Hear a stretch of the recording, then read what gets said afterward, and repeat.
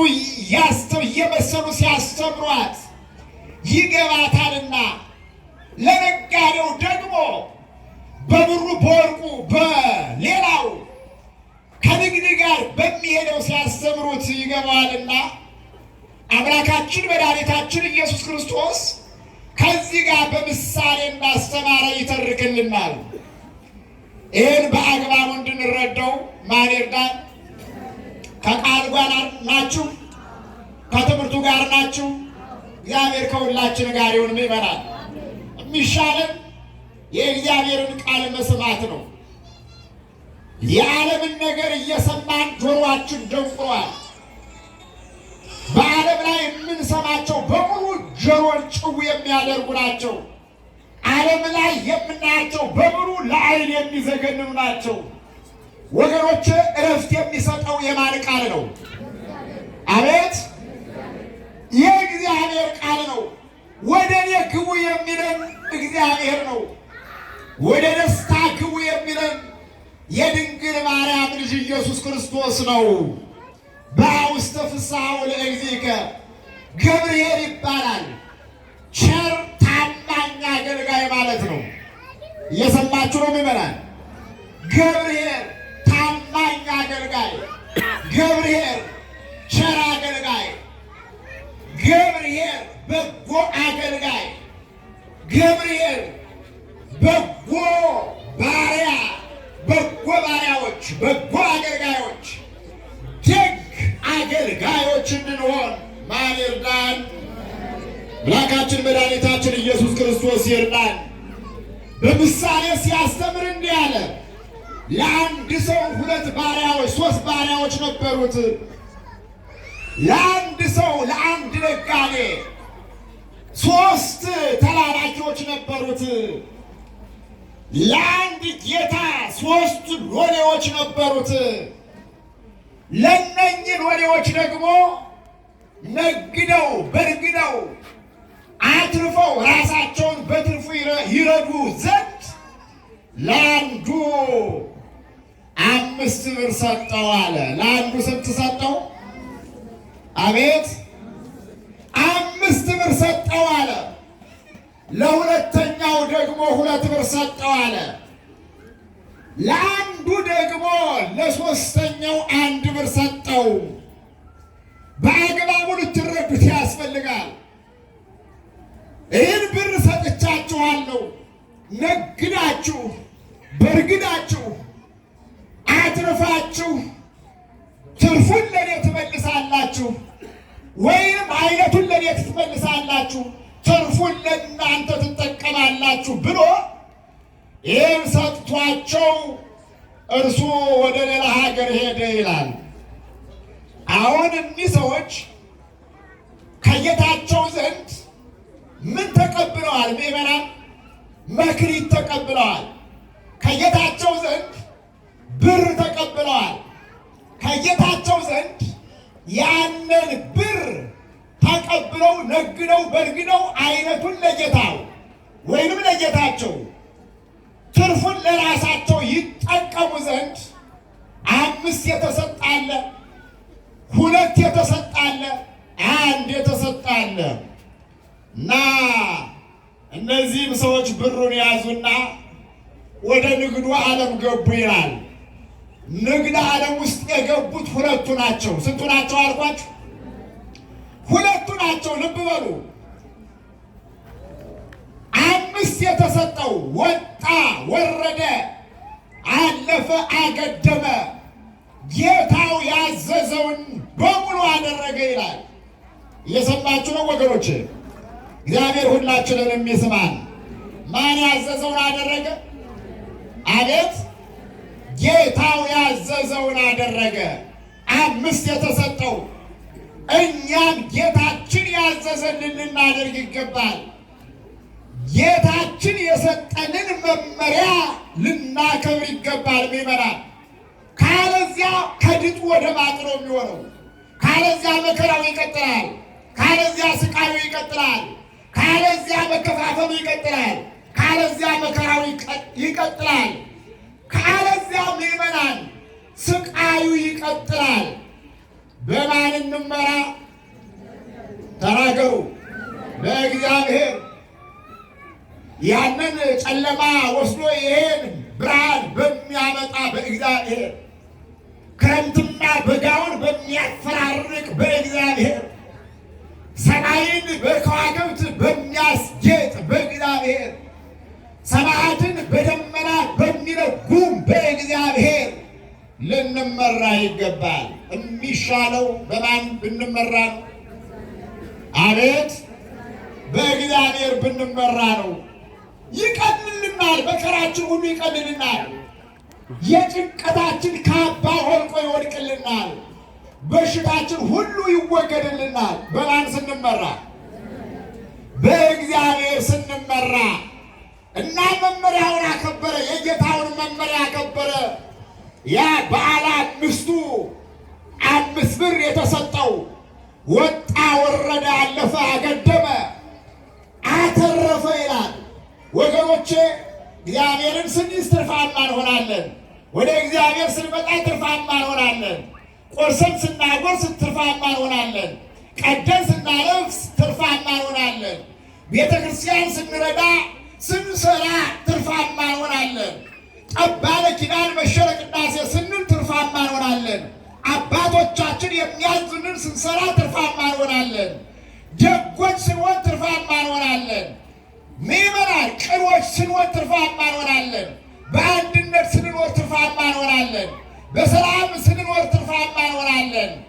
እነሆ በስምምነት ስንኖር ትርፋማ እንሆናለንና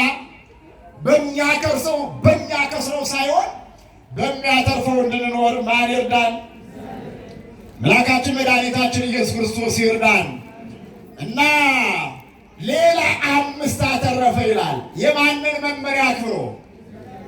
አቤት የጌታውን መመሪያ አክብሮ 5 ብር ተሰጥቶት ነበር። ሌላ 5 አተረፈ። እንደገና ያ 2 የተሰጠው ደግሞ ወጥቶ ወርዶ አልፎ አግድሞ እነሆ ነግሮ በርግዶ ሌላ ደግሞ ከዚያ ከብሩ ላይ ከተሰጠው ብር ላይ ሌላ እነሆ 4 አተረፈ። አያችሁ ምዕመናን፣ እንደገና ጨመረበት። አንድ የተሰጠው ደግሞ ልብ በሉ፣ ይህም ትርፋማ ነው። ሁለተኛው ማለት ነው በጌታው ሕግ የተመራ ነው። ጌታው ያለውን ያደረገ ነው። ጌታው ያዘዘውን የፈጸመ ነው። ባለ 2ቱም እንደገና አንድ የተሰጠው አለ። አንድ የተሰጠው ግን ምን ቢያደርግ ጥሩ ነው ወገኖች? ከሕግ ያፈነገጠ ይላል። ከምን አፈነገጠ? ከሕግ አፈነገጠ። በቃ ያልታዘዘውን ሆነ፣ ያልተባለውን አደረገ። ያችን 1 ብር ወሰደና ወጣ ብለለቶ በአጽርቅት ይላል በጨርቅ ጠቀለለና እንዳጠፋብኝ ብሎ መሬት ውስጥ ቀበራት ይላል። ምን ውስጥ ቀበራት? ይበላል። አቤት መክሊታችን እንዳንቀብር ማን ይርዳን? አምላካችን መድኃኒታችን ኢየሱስ ክርስቶስ ይርዳን። መክሊቱን የሚቀብር በጣም ብዙ ነው። ይበላል። ሰላምን የሚቀብር ብዙ ነው። አንድነትን የሚቀብር ብዙ ነው። ስምምነትን የሚቀብር ብዙ ነው። ከምንም በላይ ሁከትን የሚፈልግ የሚሻ በጣም ብዙ ነው። እነሆ ታሪኩን የሚቀብር በጣም ብዙ ነው። ቅርሱን የሚቀብር በጣም ብዙ ነው። ምዕመናን እንዲያ እንዳንሆን ግን ማን ይርዳን? አምላካችን መድኃኒታችን ኢየሱስ ክርስቶስ ይርዳን። መክሊቱን የሰጣቸው የመክሊቱ ባለቤት፣ ወርቁን የሰጣቸው የወርቁ ባለቤት፣ እንደገና ብሩን የሰጣቸው የብሩ ባለቤት ጌታቸው መጣ ይላል። ማን መጣ? ይመራል። አቤት ጌታ መጣ። ጌታ ይመጣል። ጌታ ሲመጣ ሰማይም ያልፋል፣ ምድርም ያልፋል። ጌታ ሲመጣ ሰማይ ወምድር ያልፍ ወቃል ያልፍ፣ ሰማዩም ምድሩም እንደ ሸማ ይጠቀለላል። ጌታ ሲመጣ እኛም አንኖርም። ወደ አዲሲቱ ሰማይ ወደ አዲሲቱ ምድር እንቀየራለን። ጌታ ሲመጣ ምዕመናን ምን አተረፋችሁ እንባላለን። ትርፋሞች ሆነን እንድንጠብቀው ማን ይርዳን? እግዚአብሔር ይርዳን። ጌታ መጣና በዚህ ጊዜ እኔ ያክል ገንዘብ ሰጥቻችሁ ነበረ፣ ምን አደረጋችሁት? እንዴት አተረፋችሁበት? እንዴት ነገራችሁበት? እንዴት በረገዳችሁበት ብሎ ጠየቃቸው። በዚህ ጊዜ ነበረ ምዕመናን ያ 5 የተሰጠው ጌታዬ ሆይ 5 መክሊት 5 ብር ሰጥተኸኝ ነበረ፣ ነግጄ ወጥቼ ወርጄ ነግጄ በርግጄ ሌላ 5 ብር ጨምሬ አትርፌ ይሄው ከነ ትርፉ አለና ይዞ ቀረበ ይላል። ከነ ምኑ ይበላል? አቤት! አሁን እኛ ከነ ትርፉ ዘንድ እንመጣለን። አሁን ታውቁታላችሁ፣ ከእናታችን ማህፀን ስንወጣ ልብስ ለብሰን አይደለም የወጣ ነው እንዴ? አይደለም ምዕመናን፣ ክር አስረን መስቀል አንጠልጥለን ገንዘብ ቋጥረን አልመጣንም። ልብስም ያለበሰን የጸጋ ልብስ፣ የብርሃን ልብስ፣ የብርሃን መጎናጸፊያ፣ የብርሃን ኩፌት የደፋልን፣ የብርሃን ህለት ያሳዘን፣ የብርሃን መነሳንስ ያስጨበጠን፣ የብርሃን ድንኳን የተከለልን ምዕመናን በብርሃን ዙፋን ላይ እንድንኖር ያደረገን የድንግል ማርያም ልጅ ኢየሱስ ክርስቶስ ነው። ክብርና ምስጋና ለእርሱ ይሁን። ልብሳችንም ጉርሳችንም እርሱ ነው እና በጎነት ከነትርፋችን የሰጠኝ እርሱ ነው። እርሱ የሰጠኝን ወደ እርሱ ይዤው እሄዳለሁ ብለን እምንመጣ ጥቂቶች ነን። ብዙዎች እንድንሆን ማን ይርዳ? አቤት! ጤናውን የሰጠን ማን ነው? ዓይኑን የሰጠን ማን ነው? ጆሮ የሰጠን ማን ነው? አንደበት የሰጠን ማን ነው? እጅ የሰጠን ማን ነው? እግር የሰጠን ማን ነው? ከራስ ፀጉራችን እስከ እግር ጥፍራችን ጤንነትን ያጎናጸፈን ማን ነው? ክብርና ምስጋና ለእርሱ ይሁን። ይህ መክሊት ነው ምዕመናን። እንደገና ሀብቱን ንብረቱን ማን ይቁጠረው? ልንደብቅ እንችል ይሆናል፣ ግን ሀብት ንብረት ሞልቶናል። ያንን ሀብትና ንብረት የሰጠን ማን ነው? እሱ። አቤት! አዎ ይሄ አለኝ ለእግዚአብሔር ይሄ አለኝ ብሎ ለጌታ ይሄ አለኝ ብሎ ይዞ መቅረብ መመረጥ ነው። መክሊትን ለእግዚአብሔር መስጠት ነው። የሰጠንን ልንሰጠው ያስፈልጋል ነው። የሰጠንን እንድንሰጥ ባለቤቱ መድኃኔዓለም ይርዳን። ባለ 5ቱ ስንት አትርፎ ቀረበ? ስንት ይዞ ቀረበ? ከነ አይነቱ 5 ሲደመር 5 10 ይዞ ቀረበ። ልብ በሉ ደግሞ ሌላኛውም እንዲሁ አትርፎ ሁለተኛውም አትርፎ ነው የቀረበው። ለማሳጠር ያክል ነው። ጌታዬ ሆይ 5 ብር ሰጥተኸኝ ነበረ፣ 5 ብር ሰጥተኸኝ ወጥቼ ወርጄ ሕግን ፈጽሜ ትእዛዝህን አክብሬ ነግጄ በርግጄ አትርፌ ይኸው ሌላ 5 ብር ይዤ ቀርቤያለሁ አለው። በትርፉ ባለቤቱ በትርፉ ጌታው ደስ አለው ይላል። አያችሁ ምዕመናን፣ እኛ ትርፋማ ስንሆን ማን ደስ ይለዋል? አቤት! ኧረ እሱን የሚያስደስት ስራ እንድንሰራ እርሱ ይርዳን። ምዕመናን ደስ አለው። ይገርማችኋል።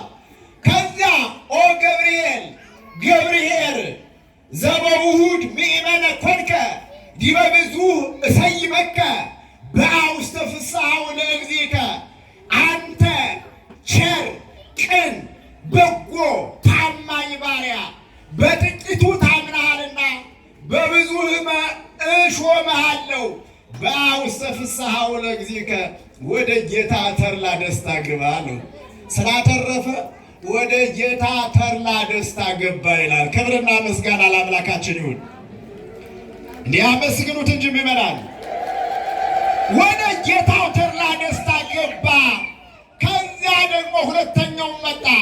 ሁለተኛውም እንዲህ አለው፣ 2 ብር ሰጥተኸኝ ነበረ፣ ወጥቼ ወርጄ እንደገና አትርፌ 2 ብር ጨምሬ ይዤ ቀርቤያለሁ አለ።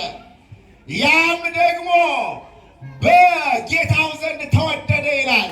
አንተ በጎ ታማኝ ቸር ባሪያ፣ በጥቂቱ ታምነሃልና በብዙ እሾምሃለሁ፣ ፍስሐሁ ለእግዚእከ ወደ ጌታ ተድላ ደስታ ግባ አለና ወደ ጌታ ተድላ ደስታ እነሆ ከገቡ መውጣት፣ ካገኙ ማጣት፣ ከተመገቡ መራብ፣ ከለበሱ ወደ መበረድ ወደ ሌለበት ወደ ጌታ ተድላ ደስታ አስገባቸው ሁለቱን ይላል። ክብርና ምስጋና ለአምላካችን ይሁን። ልብ በሉ ምዕመናን፣ ባለ 5 የተባለው ወይንም በ5 ብር ስጦታ የተመሰለው ወይንም ባለ 4 ባለ 2 የተባለው ባለ 2 መክሊት እነሆ የሆነው እነማን ናቸው የሚል ጥያቄ ሲነሳ አንደኛ መላእክት ናቸው ይላል። እነማን ናቸው ይመናል? መላእክት ናቸው።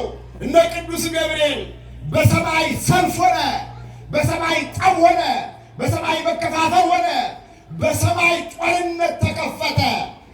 እነሆ ዲያብሎስ አነ ፈጣሪሆሙ ለእሉ ፍጡራን አለ፣ ሁሉንም የፈጠርኳቸው እኔ ነኝ ሲል ይህን የሐሰት ወሬ ሲያወራባቸው ይህን መርዝ የሆነ ነገር ሲረጭባቸው ቅዱስ ገብርኤል ምን አለ? ንቁም በህላዌነ እስከ ንረክቦ ለአምላክነ አምላካችን እስከሚገለጥልን ድረስ አምላካችን እስከሚመጣልን ድረስ አምላካችን እስከምናውቀው ድረስ በያለንበት በሃይማኖት እንጽና፣ በምግባር እንቅና። ንቁም በህላዌነ እነሆ በያለንበት በእምነት እንቁም አለ። አያችሁ ይመናል ጸንቶ አጸናቸው። በዚህ ምክንያት ከዲያብሎስ ጋር አልሄዱም፣ ወደ ሳጥናኤል አልተጓዙም፣ ክዶም አላስካዳቸውም። ወደ ሃይማኖታቸው መጡ፣ በእምነት ቆሙ። እግዚአብሔር ተገለጠላቸው። እግዚአብሔርም ደግሞ ኑ ወደ እኔ ብሎ የራሱ መላእክት አደረጋቸው ይላል። ክብርና ምስጋና ለአምላካችን ይሁን። ይሄ ብቻ አይደለም። በዓለ 5ና በዓለ 4 የተባሉ ትርፋማ የሆኑት ምዕመናን እነማን ናቸው የሚል ጥያቄ ሲነሳ ነቢያት ናቸው ይላል። እነማን ናቸው ምዕመናን? ነቢያት አስተምረው መክረው ዘክረው ሕዝቡን ከአሕዛብ ጋር ሕዝቡን ከእግዚአብሔር ጋር ያገናኙት እነሱ ትርፋማ ሆነው የተገኙት ነቢያት ናቸው። እየሰማችሁ ነው ምዕመናን? ነቢያት ናቸው። ይህም ብቻ አይደለም። በዓለ 5 የተባለችው እመ አምላክ ወላዲተ አምላክ ድንግል ማርያም ናት። ማናት አልኳችሁ? ኧረ ተናገሩ። በዚህ ዕለት በዓሏ የሚከበርላት 5ቱን ነገሮች ይዛ የተገኘች ንጽሕናን ከቅድስና ጋር 5ቱን መስተጻርራት አንድ አድርጋ የተገኘች ወላዲተ አምላክ ድንግል ማርያም ናት። ክብርና ምስጋና ለእርሷ ይሁን። ንጽሕናን ከቅድስና ጋር አንድ አድርጋ የተገኘች ድንግልናን ጠብቃ የተገኘች ሳትወልደውም ድንግል ባጸነሰችውም ጊዜ ድንግል ከወለደችውም በኋላ ድንግል ወይንም በወለደችውም ጊዜ ድንግል እንደገና በሕሊናም ድንግል በሐሳብ ማለት ነው በተግባርም ድንግል ሆና የተገኘች ማናት? እርሷ ተናገሩ። እመቤታችን ናት። እመ አምላክ ወላዲተ አምላክ ባለ 5 መክሊት ናት። አመስግኗት ምዕመናን። እንደገና ባለ 5 መክሊት የተባሉት እነ ቅዱስ ጴጥሮስ እነ ቅዱስ ጳውሎስ ናቸው ምዕመናን። እነማን ናቸው አልኳችሁ? እነ ቅዱስ ጴጥሮስ እነ ቅዱስ ጳውሎስ እንዲያስተምሩ እንዲመክሩ እነሆ ቃሉ ተሰጣቸው ይላል። የቃሉ መክሊት ተገለጠላቸው። እነ ቅዱስ ጴጥሮስ እነ ቅዱስ ያዕቆብ እነ ቅዱስ ጳውሎስ ጢሞቴዎስን እንደገና ጴጥሮስም ደግሞ የራሱን ደቀ መዝሙር አስተምረው አወጡ ይላል። ክብርና ምስጋና ለአምላካችን ይሁን። እግዚአብሔር በሰጣቸው መክሊት መሰረት አተረፉ ነው። እየሰማችሁ ነው ምዕመናን? በዓለ 5 የተባለው ደግሞ ሙሴ ነው። 5ቱን መጻሕፍተ ሙሴ ጽፏልና ነው። ባለ ሁለት የተባለው ደግሞ ጴጥሮስ ነው። ሁለቱን መልእክታት ጽፏልና ነው። ይህን አውቀንና ተረተን የቤተ ክርስቲያኗን ትምህርት በቤተ ክርስቲያኗ ትምህርት መጠን እንድናስጠብቅ ማን ይርዳን? አምላካችን መድኃኒታችን ኢየሱስ ክርስቶስ ይርዳን። በዓለ አንድ የተባለው ግን ማን ነው ከተባላችሁ በመጀመሪያ ያ የቀደመው ጠላታችን ሩቅ ውዱቅ መሰቃረን በአላንጋራ የተባለው እኔ ፈጣሪ ነኝ ብሎ ሳይሆን ፈጣሪ ሳይሆን ፍጡር ሆኖ እያለ ፈጣሪ ነኝ ብሎ የሐሰት ፕሮፓጋንዳ የነፋው በመላእክት ዘንድ ንዑስ ውስጣን ያመጣው በመላእክት ዘንድ ጥርጣሬን የነዛው በዓለ አንድ የተባለ ያ ዲያብሎስ ነው። ማን ነው አልኳችሁ? ዲያብሎስ ነው። የተሰጠውን ቀርቶ ያልተሰጠውን ያደረገ ማለት ነው። ይሄ ብቻ አይደለም። ምዕመናን በዓለ አንድ የተባለ ይሁዳ ነው። ማን ነው አልኳችሁ? በዓለ አንድ የተባለ ይሁዳ ነው። ልብ በሉ። አስተምር፣ ምከር፣ ዝከር ተብሎ እንደ ሌሎቹ ሐዋርያት ተመርጦ ቃሉ ተሰጠው ይላል። ምኑ ተሰጠው? ምዕመናን ቃሉ ተሰጠው። ነገር ግን አስተምር፣ ምከር በተባለው መንገድ አልሄደም። የሰራውን ስራ፣ የአሴረውን ሴራ፣ የተገበረውን ተግባር፣ የፈጸመውን ድርጊት ታውቁታላችሁ። ጌታውን አሳልፎ እስከ መስጠት ድረስ የደረሰ እሱ ማን ነው? ይሁዳ። አዳምጡ ይበላል። ማን ነው አልኳችሁ? ይሁዳ። በዓለ አንድ የተባለው ማን ነው አልኳችሁ? ይሁዳ ነው። እሱን እንዳልሆን ግን ማን ይርዳን? እግዚአብሔር ይርዳን። እነሆ ይቺ የተሰጠችኝ አንድ ብር ናት። ሌባ ቢወስደኝ፣ ወንበዴ ቢያታልለኝ፣ አጭበርባሪ ቢቀማኝ ብሎ ወሰደና ቀበራት ነው የሚለው ምዕመናን። አይ ይህ ወደ ወርቁ ስንሄድ ደግሞ እውቀቱን ሰጥቶኛል። ነገር ግን ሌላ ከኔ የተሻለ ከኔ በቃ መጥቶ ቢከራከረኝ ተከራክሮ ደግሞ እነሆ ያልሆነ ነገር ቢያደርገኛልና እንደው ማስተማሩ እንዳጠቃላይ ማገልገሉን ተወነው። በእውነተኛ መንገድ መሄዱን አቆመ።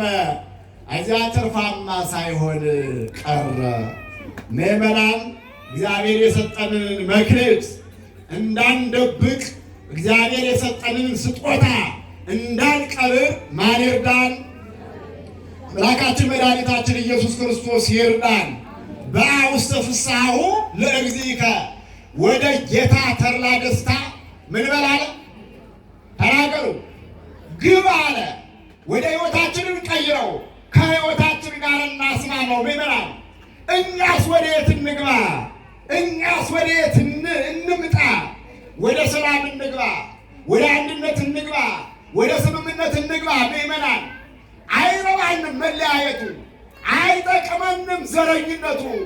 ምዕመናን አይረባንም መጣላቱ፣ አይረባንም መጨቃጨቁ፣ አይረባንም አንተ አማራ፣ አንተ ትግሬ፣ አንተ ጉራጌ መባባሉ አይጠቅመንም። ወደ አንድነት እንግባ። ወዴት እንግባ?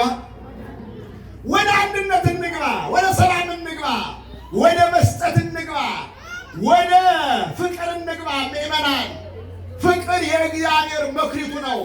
አንድነት የእግዚአብሔር መክሊቱ ነው። ሰላም የእግዚአብሔር መክሊቱ ነው። ስምምነት የእግዚአብሔር መክሊቱ ነው።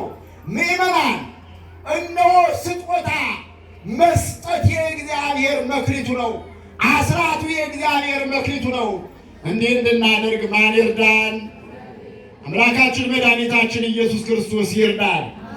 በውስተ ፍስሐሁ ለእግዚእከ፣ ወደ ጌታ ተድላ ደስታ ምን በል አለ? አቤት። አንደኛውም 5 ብር የተቀበለው 10 አድርጎ ይዞ ስለቀረበ ወደ ጌታ ተድላ ደስታ ገባ። ሁለተኛውም 2 የተሰጠው 4 አድርጎ ይዞ ስለቀረበ ወደ ጌታው ተድላ ደስታ ገባ። ያ ያላተረፈው ደግሞ ሂድ ተባለ፣ ከቤት ዞር በል ተባለ። እንዲህ እንዳንባል ማን ይርዳን? አምላካችን መድኃኒታችን ኢየሱስ ክርስቶስ ይርዳን። ትርፋማ ልንሆን የምንችለው ምእመናን በሃይማኖት ስንጸና ነው፣ በምግባር ስንቀና ነው፣ ጠባ ለኪዳን መሸ ለቅዳሴ ስንል ነው፣ አስራታችን ስናወጣ ነው፣ አባቶቻችን የሚሉንን ስንተገብር፣ መመሪያቸውን ተቀብለን ይህን አድርጉ ስንባል ስናደርግ። እየሰማችሁ ነው ምእመናን?